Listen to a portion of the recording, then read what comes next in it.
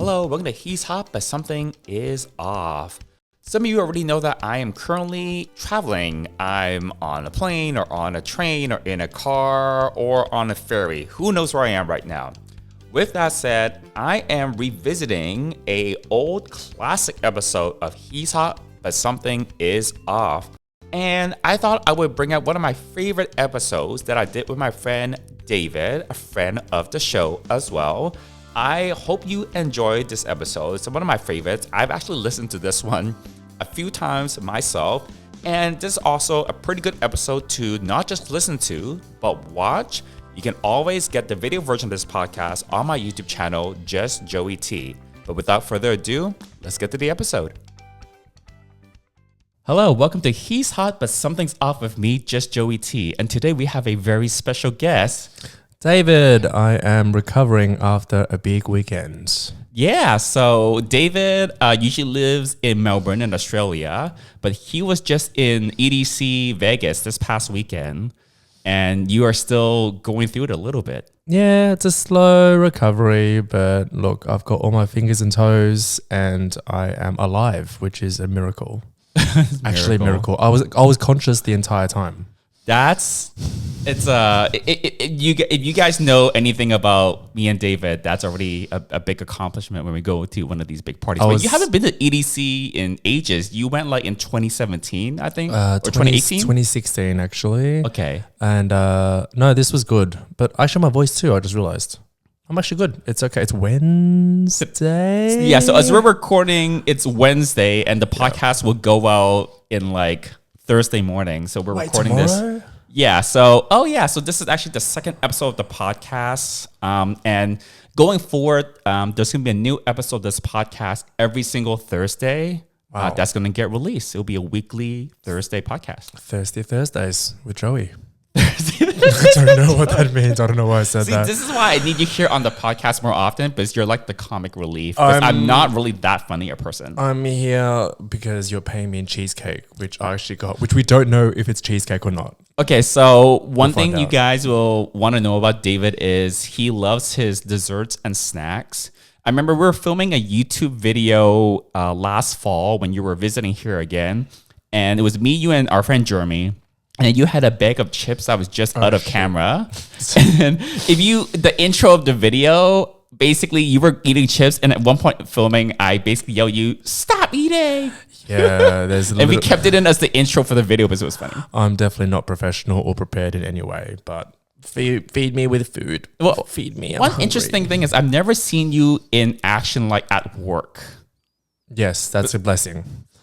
Well, I guess, but I feel like, even though I've never seen you like work, you're professional when you're working. Obviously. Oh yeah, for sure. I'm a completely different person. It's my second face. But I feel like everyone has that thing where they have their work mode and then they have like their non-work mode. Like when someone's like on the job, it's almost like a different person because they're doing their work, so it's just they behave differently. 100%. I feel like everyone has that. Yeah, no, 100%. People in America probably know me differently than people in Australia, so it looks like I'm two different people, which I kind of am because of a lot of caffeine that I take. You take caffeine? At these parties, I do. Oh, okay.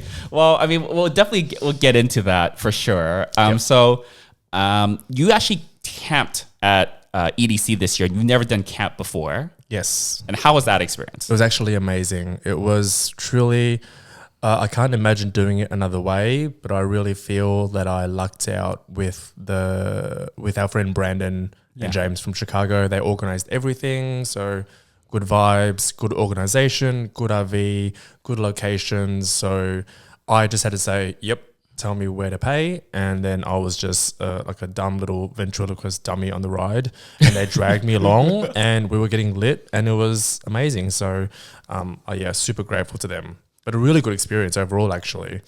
Yeah, like EDC. Every time I went to EDC Vegas, specifically because I have EDC in different places, EDC Vegas, I've always had the most fun. But the thing is, logistically, is one of the more difficult parties or festivals to get to because, first of all, it's a little ways away from Las Vegas, like where the Strip is. It's out in the Las Vegas Speedway. Yep. And then the second thing is there's so many people that go. I think the stats is something like they get like 100,000 people that come in every day. Don't quote me on that. It's something like that, but it's like a massive amount of people that like go in every single day. Like the crowds are just like crazy. It's just a different level than like most other festivals you can go to. It's overwhelming. And actually, if to get from point A to point B, like once you're in a place that you choose, it's good. But literally, when you're walking at night, sometimes it feels like you're walking for 50 years through the crowds of people. And people are linking hands and everyone's got different agendas. But like the best times are when you can stay in one place for maybe 2 or 3 sets and then you can sort of really get into it. But when you're walking to and from, it is... It's a project in and of itself to get from one place to another at EDC Vegas. Overwhelming. Honestly. Oh, yeah. We didn't lose. I think my group didn't lose each other that much. So overall, it was a success. Thank God for those totems. Oh my God, yeah. The totems are the best. I'm the kind of person where I like to wander every so often. So what I like to do is I want to know where my group is. So usually the schedule comes out beforehand, like which DJs and artists are playing at what stage. Yep. And a lot of my friends, we're not that much into EDM music. Not like some of our friends. Our friends would be like, oh, let's see like this act at this stage, they're on at this time. They go through like the whole schedule the days before leading up to it.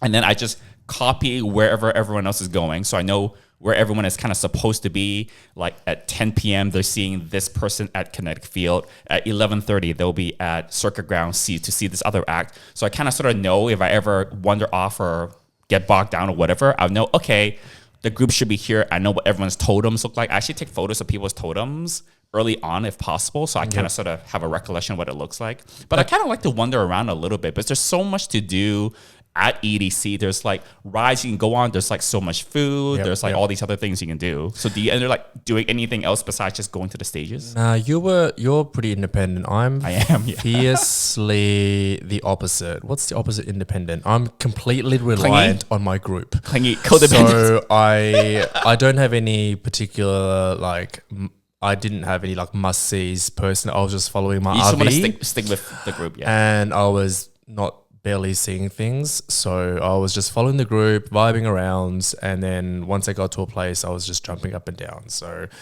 but yeah, the totems. And also we actually did light up headgear. So our group had... Nice. Like bunny ears headgear. It was different crowns and things. And that really, really helped. Yeah, for sure. In a crowd, for sure. It actually helped a lot when you break up. So... yeah, anyways, still coming down, but it was epic. And it's just the scale of it is... the scale of it is massive. Unimaginable, yeah, truly. Yeah. Really good. And I don't want to think about another party at the moment. It's always like that, though. Like, every time you go to, like, a big party, it's just that it's so tiring to go to one of these parties that, like, right after you get back, you don't want to think about another party for, like, a week. Yeah, I don't want to see another... effing light thing ever for just If you hear any EDM in like the next 2 or 3 days, you're gonna like flip a table. No BPMs plus 100, please. Thanks. Yeah. But the camping experience, though, like this is your first time, and I think we talked a little bit about it earlier. I feel like once you've done camp, assuming you didn't have like a bad experience at camp, but you know, just some things that could go wrong maybe here and there. But like once you do camp, I feel like it's kind of hard to go back to not doing the camp for EDC. Well, the benefits, the main benefit is the logistics of not waiting in line for those shuttles, either before and after with the traffic. Yeah. So we had a really good spot with our group. So after we were finished at whatever time, we just walked across the road and were able to get to the RV within, I don't know, like 10, 15 minutes of leaving the grounds. That's really close then. Amazing. So it was just like a walk, and then it's that whole community is a vibe, and you're sort of living there. So it's sort of like a cruise in that sense, but you're sort of living at the party, and then it's a collective space where they continue to party after the 12 hours of partying with these after parties at these events. And so I don't know how these people did it. Actually, I know how they did it. I'm not going to say how they did it, but sunglasses and parasols and umbrellas were needed because it was getting hot in the morning.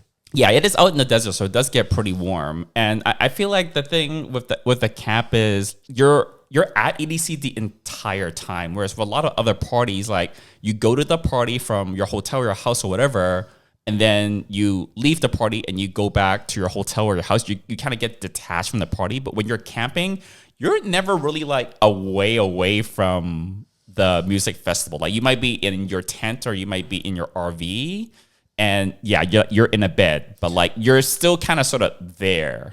Yeah, you definitely need to be a party person, which you think you would be going to a big event like EDC, but you definitely have to For camp, I think definitely you have to be a party person. certain comforts Such as? for that.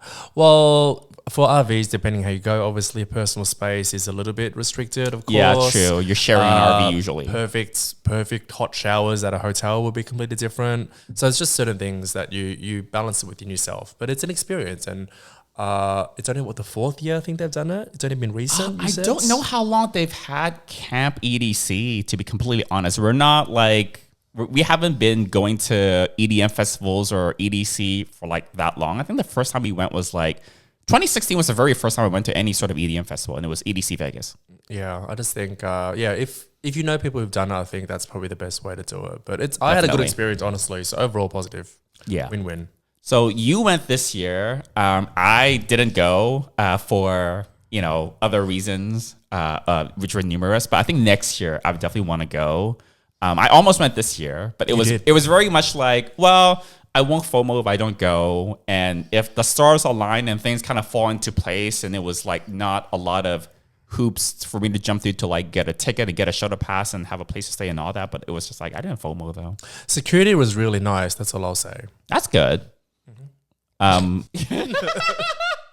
There's a little bit of subtext there that I think Really we lovely. won't like dive into that subtext. They're really friendly. They were all very plurry. Yeah, no, They were very all like, have a good time, guys. Be safe. Drink lots of water. So it was yeah, really nice. that is generally like that every year that I went to EDC. Like the staff and like the security people generally are all very nice. Yeah, there wasn't that much like. Yeah, I mean, not that I have anything to really label to, but there was no like aggressive. Sometimes you have like bouncers at clubs that are aggressive, and there was really no and that's very aggression. different. That's like They're all super That's like straight happy. clubs, honestly. Yeah, straight clubs have like a very. I feel like has very aggressive bouncers, but like we never go to straight clubs. Everyone was It's happy, like a stereotype, probably. and everyone's serotonin was elevated. It was great. Yeah, is there elevated for a few days, then And then on fumes and then on Monday. Exactly right. Just powered by thoughts of cheesecake and nothing else. Oh my god! So literally, like earlier in this afternoon, we were watching MasterChef, and then I guess David got hungry, and he's like, and they were making cheesecake for one of the challenges, and then David just like got on his phone and just ordered us some cheesecake, some Japanese cheesecake. I think hopefully it's Japanese cheesecake. We'll find out. We'll It's like a find out. mystery box. We just had dinner, and then we're gonna we're recording this podcast right now, and then we're gonna try out this Japanese cheesecake. It doesn't look that whatever from the outside. It looks very unassuming when we open the box. Yeah, it looks just like sponge, but I'm here I don't for want the cake. sponge cake. But the thing is, if this turns out to be not good cheesecake, we're gonna get more Get cheesecake. cheesecake tomorrow. Yes. I'm powered by cheesecake. This is why I'm here. I volunteered as a tribute for the cheesecake. And also, like yesterday, I asked if we needed a ride, and you're like, I think I don't need a ride. And he's like, well, it'll be an excuse for us to go get boba. And he's like, oh, boba, I'm in. Most of you probably have a facial cleanser and moisturizer already, so I want to tell you about Shield and Slay DP, which is an anti-pollution hydration spray I formulated specifically for my skincare line, Serve Labs. This is actually a product I've been looking for years now and haven't been able to find on the market, which is something that was a hydration spray but also has anti-pollution, antioxidant properties for your skin. Shield and Slay DP is the ultimate double protection defense for your skin, teaming up antioxidants, probiotics, along with hydrating ingredients to fend up environmental stressors and aggressors. You can use it as part of your daily skincare routine, but I've also designed it so you can use it while you're out and about, on an airplane, or whenever your skin feels dry, dull, or a bit worse for wear. All you have to do is spray it on. Check out Shield and Slay DP along with the rest of the Serve Labs skincare lineup at servelabs.co, servelabs.co, and you can also find us on Instagram and Twitter at servelabs. Boba anytime. Because, that's the one thing. There was boba in quotations at the camp, and that was crap. But the other food was good. Chicken was good. So the thing about EDC before we switch topics is at Camp EDC, if you're coming in with an RV, you can bring in like as much groceries and food and stuff with the RV as you want, basically. Yep. Including like liquids and drinks and stuff. But if you are camping in one of the tents, there's only so much like stuff you can lug with your hands, honestly, to like if you're in a tent. So you're going to be relying completely on the food there at camp. And the food there is not cheap. No, it's not cheap. It's like $18 for like a breakfast burrito or something like that. Yeah, you're paying for anything that's like you might consider an entree is like $17 to $20. That range, I think, is that kind of sort of what you saw? Yeah, kind of. If your appetite's there, then you're sort of paying a bit. But luckily, we were ready and we brought some snacks and stuff. So how much was that boba? Which is air quotes boba, which wasn't very good, was I want to it? say north of $12. Oh god, I can't remember, and it definitely wasn't. A normal boba in LA is like $5, $5 or $6. It was like white people boba. I don't know what the hell it was. So what was it?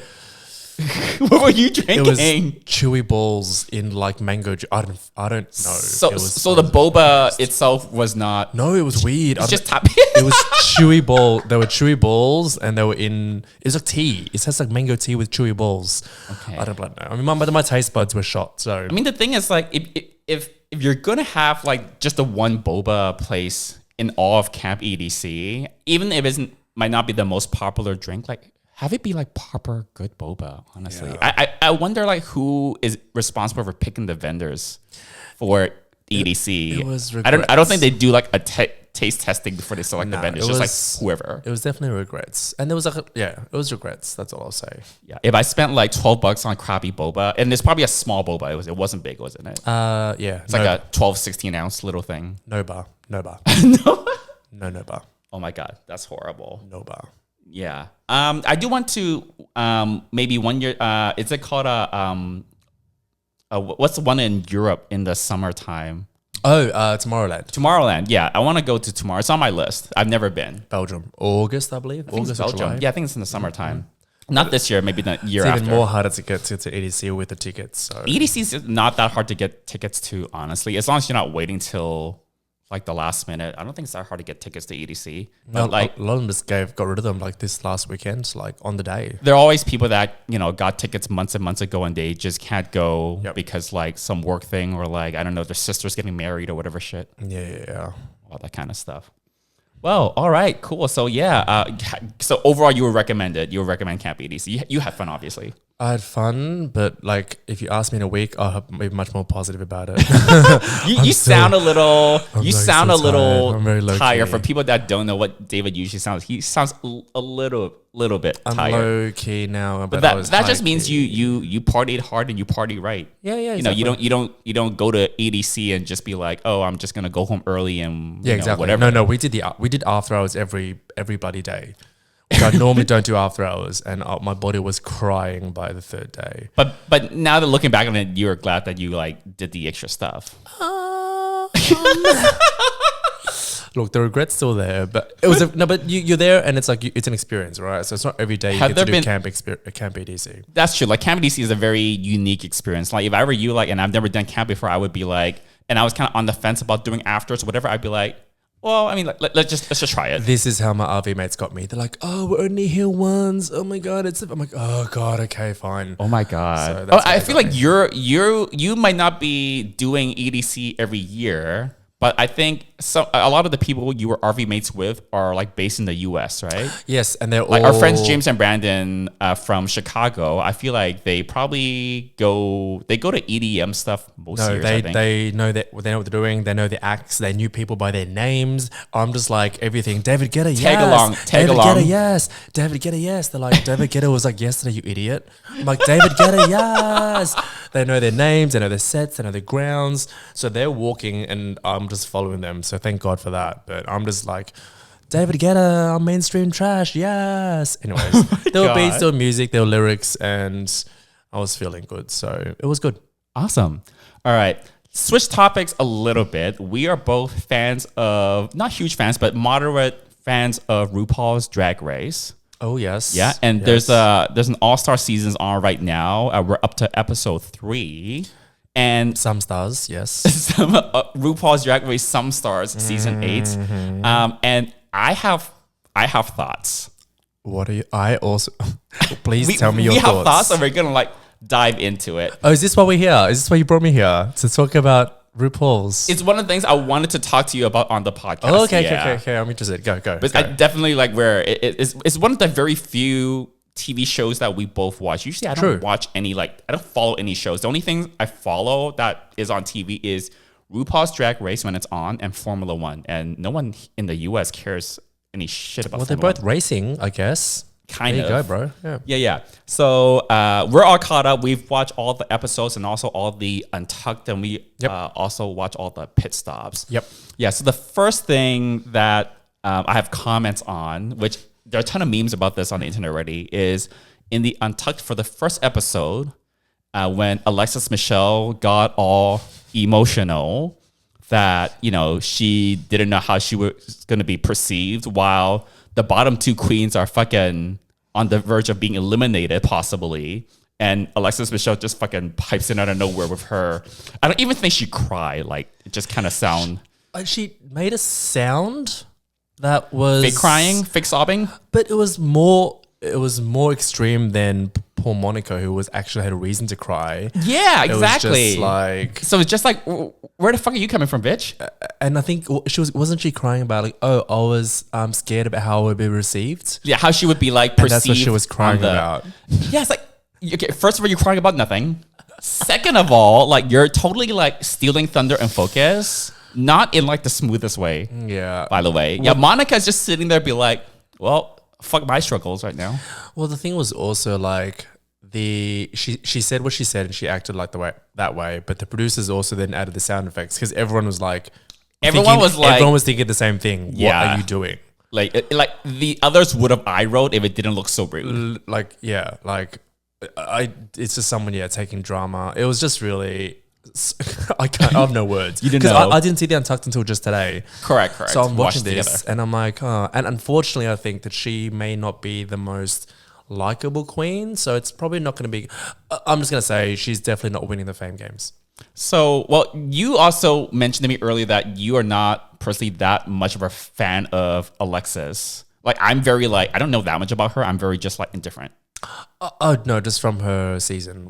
From her season, yeah. Yeah, because that's all we know them from, right? True, I think she did something unlikable in her season about us. Like she complained to the judges, I believe, that the girls didn't tell her dress was ugly. Oh, like when she was getting critiques or something. Yeah, so she blamed the other people. So if you didn't take ownership for that, then that's what I was like. But she seems very like sort of try hard energy. I think her makeup skills are really good, actually. I think her makeup skills is improved. And it's a glow up, but I think the personality, I think she just, she comes across as trying too hard, which could just mean she loves drag a lot, whatever. I'm not super, I'm fine with try hard. I think, you know, your point about her on her season mentioned the judges like, well, the other queens didn't say nothing about it. It's like, okay, you've got eyes, you've got a mirror, like, you know, bitch, everything you put on yourself, not a drag queen or not, just like regular people every day getting dressed. I mean, you have to like the outfit before other people will like it, probably. Yeah, she gives me a little bit of the same energy as Lucy LaDuca, actually, for some reason. But no, that's just it's a try hard energy, right? And some people can come off like more charming, and some people can come off try hard. But that's just an opinion. I don't know. I'm not the biggest fan of her, but we'll see. She might change my mind. Most likely not. Yeah, I mean, the thing with All Stars rules is that, you know, you have to have the other queens have some amount of like respect for you. Yeah. You know, right? Because it is like queens voting other queens off. Mm-hmm. You know, they're drawing lipsticks every single whatever. And it's very unlikely that there's not going to be any queens that doesn't get to the bottom at some point.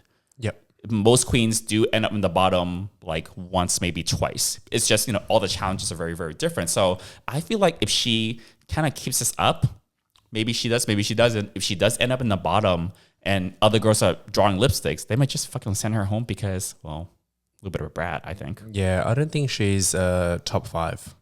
I don't think she's top 5. I know. Yeah. The other thing I want to talk about is alliances is not a new thing. We've seen alliances before in previous seasons of All Stars. The thing we've not seen before is someone double dipping and being in two separate alliances, which is what Heidi's doing. Yep. Because Heidi's in the alliance with the two girls, which is Candy and Kahana, I think. Isn't it with Jim or Jimbo? Oh, it's like Candy and Jimbo. I'm not sure now. Okay, yeah, I have to look this up. I don't remember, but basically Heidi is in an alliance with two girls, and then later Heidi does a separate alliance, unbeknownst to anyone else, with Lala Reed. So, but I'm thinking it's like, what if she wins a challenge one week, and she has to pick a lipstick, and then the bottom two girls are girls from some combination of the alliances that she's in. Like, what the hell is she gonna do? Yeah, sure. That's when she gets caught, I think. Yeah, I think because I think one of the alliances is, I think Jimbo and Candy are one alliance. And then I think she joined that. Is that right? But And then it must be Jimbo, Candy, and Heidi. But there's a trio. Yeah. Then I think that's them three. Yeah, I think that's must a be those strong three. alliance. Yeah, because they all went on tour together or something. Yeah. So they have like a bond. Yep. So okay, Jimbo, Candy, and Heidi, and then Heidi has one with Lala. Yeah. So I feel that this is all sort of out in the open, or at least the producers know it, so they can put them in a situation where Heidi will have to choose one of her two alliances for extra drama. So this is definitely going to come back. It's going to bite her in the ass. It's definitely going to come back in the next few episodes. Definitely. In the season. So watch out for that. Yeah. So, I mean, it's great for us as viewers. It's It's fucking stirring the pot. It's just it's just, putting the bomb there and see when it's going to get light up and blown up. So, one of my earliest teenage obsessions was skincare. Instead of looking at toys in the kids section at the store, I was looking at moisturizers in the skincare section. As I grew up and navigated my sexuality, I saw that most of the beauty industry was aimed at feminine women, sometimes at masculine men, but everyone else was left out. It wasn't for someone like me. With Surf Labs, I wanted to create a fun skincare experience for everyone. I'm pretty sure your skin doesn't care how mask or femme you are or who you love, but I'm absolutely sure you need to take care of it. Check us out at surflabs.co, SERVELABS.co, and you can also find us on Instagram and Twitter at surflabs.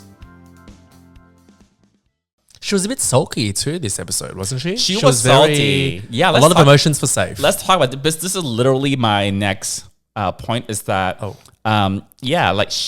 queens being salty for being safe, or like feeling some sort of way about like, oh, that bitch shouldn't have won. It should have been me. Yeah, which is like similar, right? Definitely we saw it from Heidi in the Untucked for episode 3 that just came out last week. Yep. Yeah, she was bitter boots. Even when the guest judge Jojo Siwa. Yeah, like her face was still a bit sour when she came in, so she was obviously feeling some kind of way. I think when the Safe Queens first came back into the workroom, she was like not the happiest, but like I don't think she was like bitter yet. But I think once she found who won, that's when like I think it kind of was the trigger. Which was weird, yes, because she should have been upset for being safe already. So she was upset that Jessica won. It was very weird. Yeah, basically when they were just safe and before the rest of the girls came in and they knew who was top or bottom, they were talking about like who they thought was gonna win. And I think she definitely didn't think Jessica was gonna be the winner. So I think when she heard that Jessica won, on top of being her maybe not feeling super great about being safe, I think like the two factors together. It was also interesting because the producers wanted us to hear it because they subtitled it too. Definitely. So then I think there's going to be a storyline with her at some point, I don't know, giving up or something. So that they did that for a reason. Yeah. And it'll be interesting to see what Heidi will do in the next few episodes, I think. Yeah. There'll be something with her, I feel. Must be something with her, but like I don't know. Also, like Kahana was a little bit. The other kind of thing is, if you end up at the bottom, and it's a thing there where they make the remaining bottom queen that didn't get eliminated, they make them count the lipsticks that's in the box, like count everyone's votes, right? Yes. And obviously that the producer telling everyone like, if you voted for the queen that's still sitting there, you have to like confess. Yes. Obviously, because they all do that. Otherwise, if it was me and the producers didn't say shit, I wouldn't say nothing. Well, no, there was one time that it didn't happen, which was what's her phrase from season 1. Oh yeah. And she kept it a secret. You know her name. I know. I actually forgot her name. I know the verse. Rakakatitita. I forgot her. I actually blanked on her name. Rakatitita. I forgot her name. Yeah, I'm pussy, bitch. Yeah, who is it? I'm blanking on her name. I forgot her name too. Don't try to vamp until I get the name. This is my podcast. Oh my god. I know Baby. Remember, Baby do you Sahara remember? Benet. Yeah, she's Baby like, Sahara. Respectfully, I don't tell. And she never revealed who she voted for. Correct. I know so that was the one time. Yeah, and she still never revealed it to anybody. So that's a little different because she didn't reverse it. So she won and she did the lip sync for her legacy, but she lost the lip sync. Yes. So on stage, her lip sync didn't matter, but afterwards she didn't reveal. Exactly. Yeah. Yeah, so that's the one time that I do remember that happening. I mean, but the thing is, like, she knew, I don't know why, like, if I was her, like, all the cameras are there, and she even talked about not revealing it in the, like, the confessionals or whatever. It's like, she knew that, like, the viewers, when the season was going to air, All Stars 3, I think, that she knew that viewers were going to know that she was not, she was going to lie. I don't know. If I was her, I would rather just, like, show the lipstick. But that's why it's weird. Yeah, and that's why it's weird. But I guess hindsight's 2020. But she's still never done it even afterwards. So no one, the producers have the footage and they haven't shown it. They've chosen not to show it. So for whatever reason, we don't know who. But the thing we do know for sure is that she lied, 100%. But she said, like, oh, out of consideration for the queens, me and the other queens agreed that I should not show my lipstick, but that was not the truth. Well, the thing is, because if you were telling the truth, you could just show it. So that's why by not showing that's it, why you're I didn't causing understand. doubt. So yeah. Yep. So yeah, that part is like a little bit fucked up. But like, I feel like back to All Stars 8 that we're watching right now, I feel like Darian, after the first elimination where she was in the bottom because she didn't get eliminated, she had to pull out and count who voted for who, pull out the lipsticks. And she was very, very like nonchalant and very chill about, the 3 people that pulled her lipstick, and she didn't seem not 1 ounce like vengeful or bitter or salty that some people voted for her, which is like not the reaction I expect most queens to have, but it was like extremely mature. Let's put it that way. I guess I expect most queens to be fully normal because you have to do it, but then some people just play it for drama. So I think she's like, I mean, you literally have to do it. Like, it's actually the easiest thing in the world. I have to do this. Yeah, correct. Boom. So correct. I think she's maybe just sensible. Yeah. She's also from an older season, so correct. Maybe she's got a bit more sense in I her. think she's also got a little more extra wisdom with the experience. She's been doing drag. I also feel for her that she's kind of, it's just good for her to be back on TV as opposed to going for the crown. You know what I mean? I think there's some people who are there like who are gunning for the crown. For the image and for her, it's with the older season queens like the Tatianas or whatever. It's just good to be back on to like be exposed to the newer generation. So I think for her being on and looking amazing with all the weight loss, that's a win. Yeah, for sure. It's amazing now. Yep. Yeah. So partially just like, I totally get it. I think so, yeah. Yeah, then Kahana's a little bit different though, where I think that's more like the typical response that Kahana had when she counted the lipsticks. Yep. Where, there are a few girls that voted for her, and then she said, like, I harbor no ill will, or like whatever the wording she used was, but like you can tell on her face, like, well, I'm not gonna forget this. She's not gonna forget. And she kind of hinted that she wouldn't as well a little bit later. Yeah, I think she also feels that she has more things to prove, being out early on her season and 2. So she's come back with new face, new body, new everything, and I think she'll remember. I think she'll be one of the ones who are more spiteful.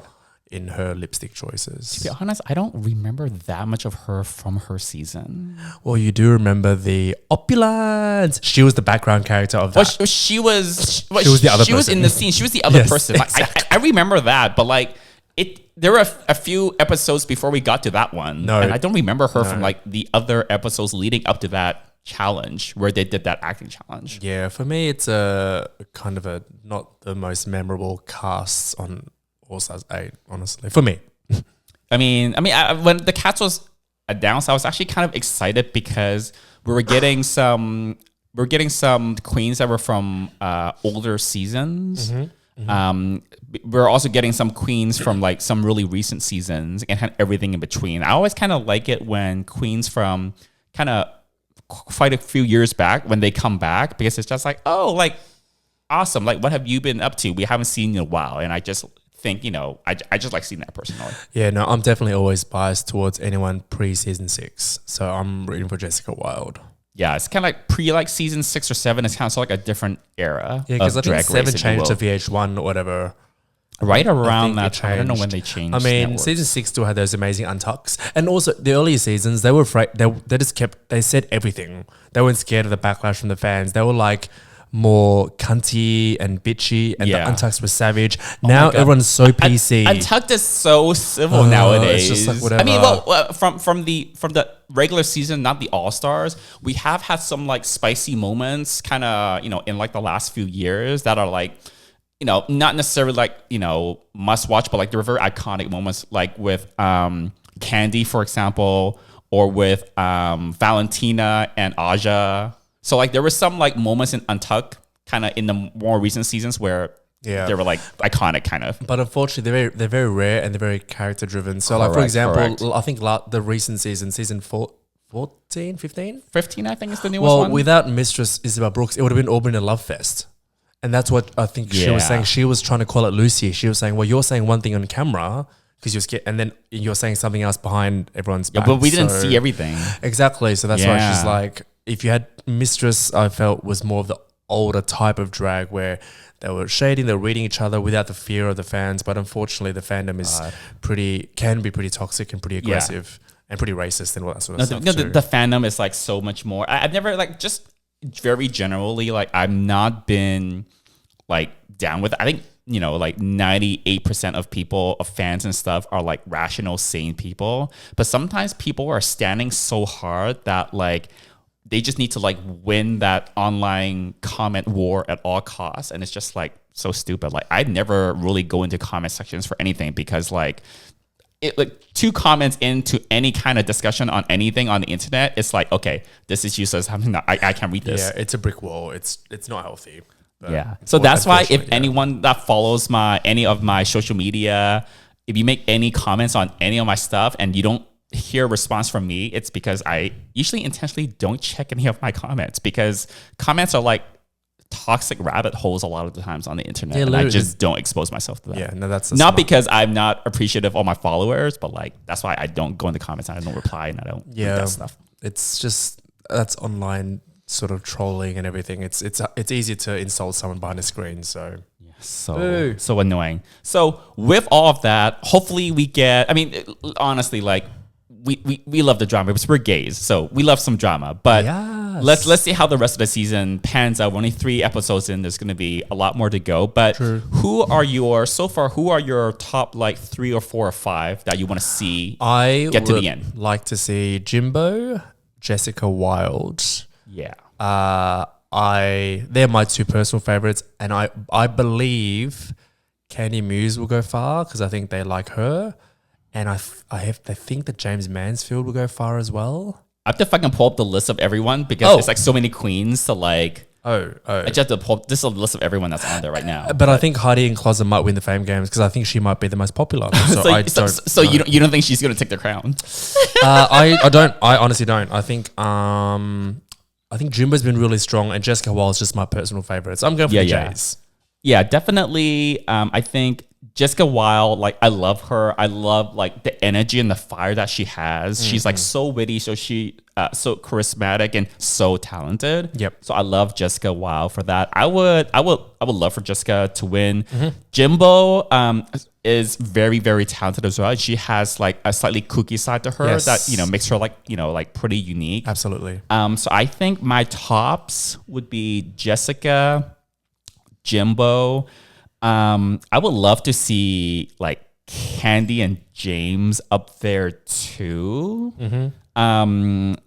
I don't know how versatile James is, but like I'm just not that familiar with like her drag because she didn't last like a super whatever long time on her. Yeah, season. I haven't really seen too much of her, but World of Wonder seems to love her. So we'll wait and see. I guess with comedy challenges is where she'll shine probably. Yeah, for me, I think it's like I'm drawn to like the personality, right? Like, like for like James and Jessica and like Candy, for example, like I really like their personality. And on top of that, they seem to be like multi-talented, right? Like, and they also kind of have this attitude where like, I'll make it work. I always love that quality in a drag queen. Like, I'll make it work. It's not like, I don't know how to sew and like, I don't know how to sing and I don't know how to act. Yep. It's like, yeah, I just don't think, that's something I like. But I think those would be like the top 4 that I would love to see. Yep. Yeah. Cool. Fun times. Well, David, thank you so much for joining me on this second episode of the podcast. We did it. Yay, we did it. And you know what? Cheesecake. Well, yeah, we're about to fucking open up some cheesecake. Yes. But the thing is, stay tuned and please subscribe to the podcast because next week for episode 3, we're going to have not another, but the same special guest joining me. Who? You. Wait, because it's week. Oh, shit. Oh, yes. Yes. What's this called?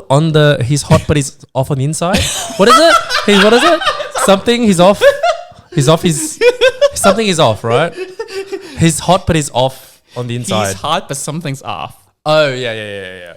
Yeah, I'm not hot, but something's off about me. Note to self: make sure the guest knows the name of the podcast before hitting record. I'm gonna write that down right now. I definitely prepared for this, and the milk we had was definitely not off.